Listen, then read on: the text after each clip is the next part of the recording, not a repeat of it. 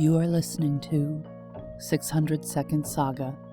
Today's feature is Destroyer of Worlds by Stefan Bedansu. Read by Mariah Avix. Destroyer of Worlds. He scores. Never had we seen such dedication in a glide kickball carrier, announced the commentator as the curved screen of my wrist comm replayed the scene from last night's game. A mechanical buzzing brought me back to the real world. Pausing, I shifted my focus to the antiquated panel as my access was granted, and the large protective locks withdrawn. Because I was used to the speed of the modern world, having to wait for these ancient locks made me impatient. The large, rusty door slowly rotated open, revealing a dark corridor. I stepped in, wrinkling my nose at the musty air. Immediately, the radiation sensors in my wrist comm started clicking, but not at a dangerous level. Not yet. The sleeping carrier of death had not broken its torpor. Activating my suit light, I entered the building, following the indicator on the map. The clean, crisp lines of the display had very little bearing on the debris-strewn, paint-peeling, musty hall. Ducking to avoid the wires and broken parts of the ceiling, I walked deeper into the belly of the sleeping Leviathan. The noxious air grew stronger, so I raised my breather. The soft-formed plastic cupped my face to let me breathe fresh, purified air. Good thing, as my wrist flashed, "Toxins detected. Please put your breather on." "I already have, buddy," I said to my computer. The computer didn't respond. Most people used their AI as a constant companion. However, I preferred the solitude. I preferred when my computer didn't talk back to me. The winding passageways led to another door. After powering up the electronics with a bypass, the old-fashioned access card was accepted. As the door started to open, the faint ticks of radiation spiked upwards. Lit only by the glow of my suit was the final target.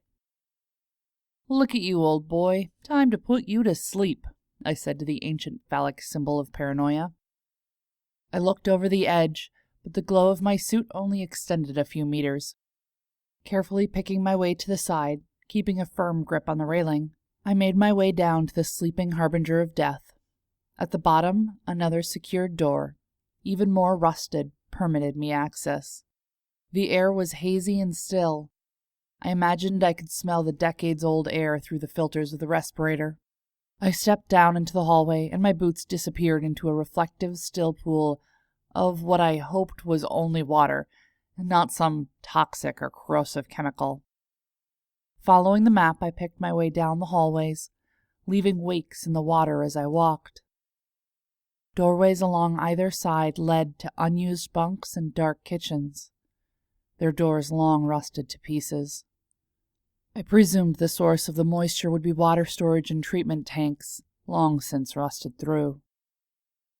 Nearly at my destination, but the last door wouldn't open. Picking up a nearby pipe, I managed to pry the door open. Inside, I was impressed that some of the indicators were still faintly glowing. The launch code manuals were strewn about, ink long bled into unintelligibility. I removed my wrist comm and set it down. I threaded a power lead into the panel. Power flowed through the ancient hardware, bringing the panels and old screens to life. Ancient redundancy logic banks, precursors to the digital intelligences I carried in my wrist comm, started running their decades-long routines. Leaving my wrist comm to interface with the mainframe, I turned my attention to the launch keys. I fished out some nano-forged keys from my equipment belt. While the programmable metal started to reshape the keys into a set which would work in the locks, I had time to catch the end of my kickball game. Ancient routines came to operational life. Initial authentication codes accepted. Permission to launch required additional validation from Central Command. The mainframe reached out through the archaic telephone wires for NORAD command. No answer. The computer had no way to know that NORAD had been decommissioned decades earlier. Ancient subroutines started to search for alternate solutions. It reached out for SATCOM command. No answer. Naval Intelligence Central. No answer. The mainframe was required to launch if it did not get a response, searching for any branch of the military which could authenticate the launch codes. Strategic Overland Nexus. No answer. The Pentagon. No answer. The White House. No answer. No answer. No answer. The mainframe concluded its algorithm. There was only one final step. The mainframe was alone. It could only rely on its internal programming. I typed in commands to disable the launch circuits.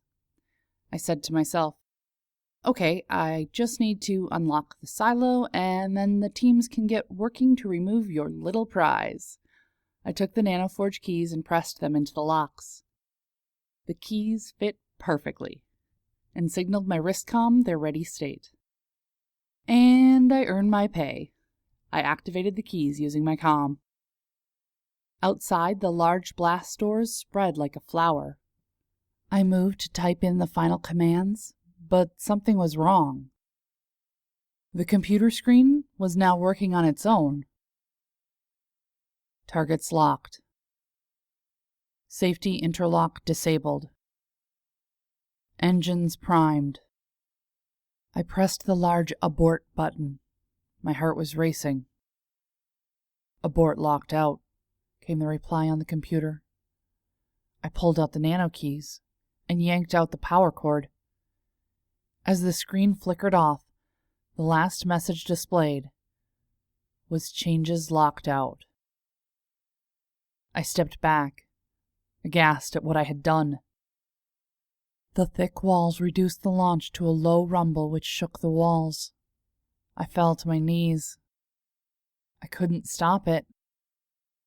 I looked at my hands, which had triggered the end of the world we once knew.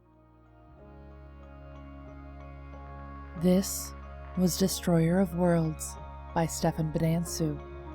More work can be found at stefanbedansu.wordpress.com. Check our show notes for links. Stefan has been a storyteller his entire life. However, he only started writing stories down in 2013.